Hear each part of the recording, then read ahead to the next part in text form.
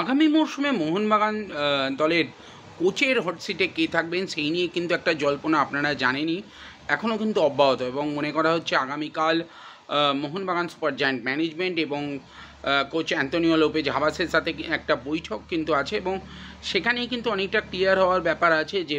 হাবাসি কি আগামী মরশুমে দায়িত্ব নেবেন মোহনবাগান দলের, এবং তিনি যদি না থাকতে পারেন, সম্পূর্ণ সময়টা তিনি যদি দিতে না পারেন, সেক্ষেত্রে তাকে টেকনিক্যাল ডিরেক্টর রেখে কি তারই পছন্দ করা কোনো কোচের হাতে দায়িত্ব তুলে দেওয়া হবে কিনা সে বিষয়েও কিন্তু নানান রকম তথ্য উঠে আসছে। একটা সূত্র মারফত জানা যাচ্ছে যে তিনি কয়েকজন কোচের নাম ইতিমধ্যেই দিয়েছেন মোহনবাগান সুপার জায়ান্ট ম্যানেজমেন্টকে, যাদের কোচ করা যেতে পারে। এখনও কোচ নির্বাচন যদিও কিছুই হয়নি, তবে আগামীকালের বৈঠক যেটা শোনা যাচ্ছে আছে, তার ওপর কিন্তু অনেক কিছু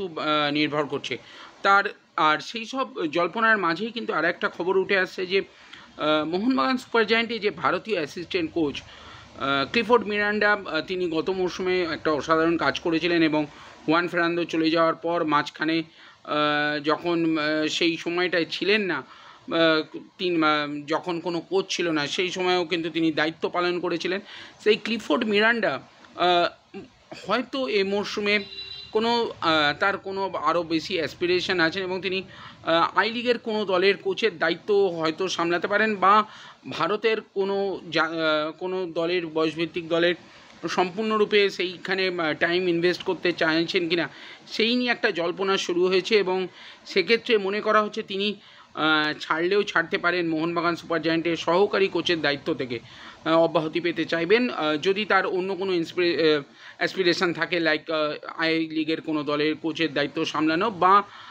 কোনোভাবে ভারতের কোনো জাতীয় দলের কোনো অনূর্ধ্ব কোনো বয়সভিত্তিক দলের দায়িত্ব সামলানোর জন্য। সেক্ষেত্রে যদি তিনি ক্লিফোর্ড মিরান্ডা চলে যান, তবে একটা নাম উঠে আসছে যার সাথে হয়তো মোহনবাগান সুপার জায়ান্ট ম্যানেজমেন্ট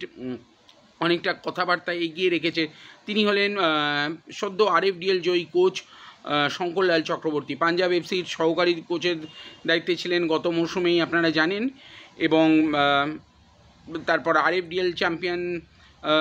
করেন দলকে এবং একটি ম্যাচে ISL-এর একটি ম্যাচে কিন্তু হটসিটও ছিলেন যখন তাদের মেইন দলের কোচ কিন্তু অনুপস্থিত ছিলেন। তো সেই সময় শঙ্করলাল প্রথম বাঙালি কোচ হিসেবে হটসিটে ছিলেন। তো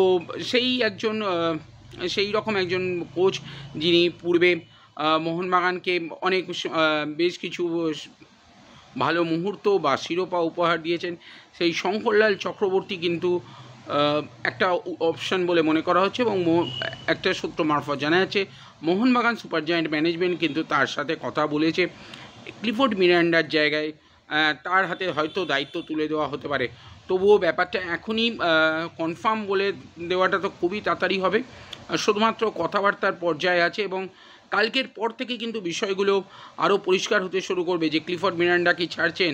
হাবাস কোন দায়িত্ব নিতে চলেছেন, সমস্ত কিছু বিষয়গুলোই মনে করা হচ্ছে কালকের পর থেকে আরও ক্লিয়ার হতে পারে। তবে ক্লিফোর্ড যদি অন্য কোনো দায়িত্বে চলে যান, সেক্ষেত্রে কিন্তু শঙ্করলাল চক্রবর্তী যে আসবেন সেটাও একটা সম্ভাবনা কিন্তু তৈরি হয়েছে। যাই হোক, আমাদেরও নজর থাকবে কি হতে চলেছে সেই দিকে, আপনারাও দেখতে থাকুন। আর যদি শঙ্করলাল চক্রবর্তী আসে, সেক্ষেত্রে কি আপনাদের মতামত কি, কতটা ভালো হবে মোহনবাগানের জন্য, সমস্ত কিছু বিষয়ে আপনাদের মতামত জানাতে ভুলবেন না। আর ভিডিওটি ভালো লাগলে লাইক, শেয়ার এবং সাবস্ক্রাইব করবেন।